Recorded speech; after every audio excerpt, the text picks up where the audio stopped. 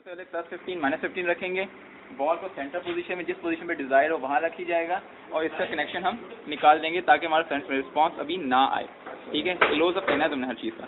उसके बाद हम यहाँ पर सेंसर का आउटपुट एरर 0 करेंगे। ये हम एरर 0 करने की कोशिश कर रहे हैं। ये मिली वोल्ट्स में जा रहा है इस वक्त और ये अप्रॉक्सीमेटली 0 है। इसको 0 करने के बाद सप्लाई बंद हो जाएगी। कनेक्शन लगा देंगे। कनेक्शन लगाने के बाद अपना प्रोजेक्ट स्टार्ट कर देंगे। पूरा व्यू लेना है तुम्हें।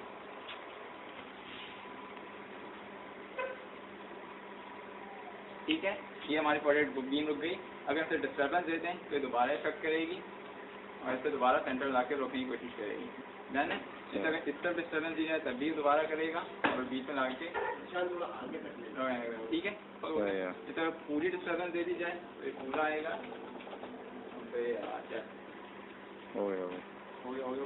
करेगा सही है, फाइन सही। ये हमारा बिल्कुल रुक चुका है। सही है, ओके फाइन।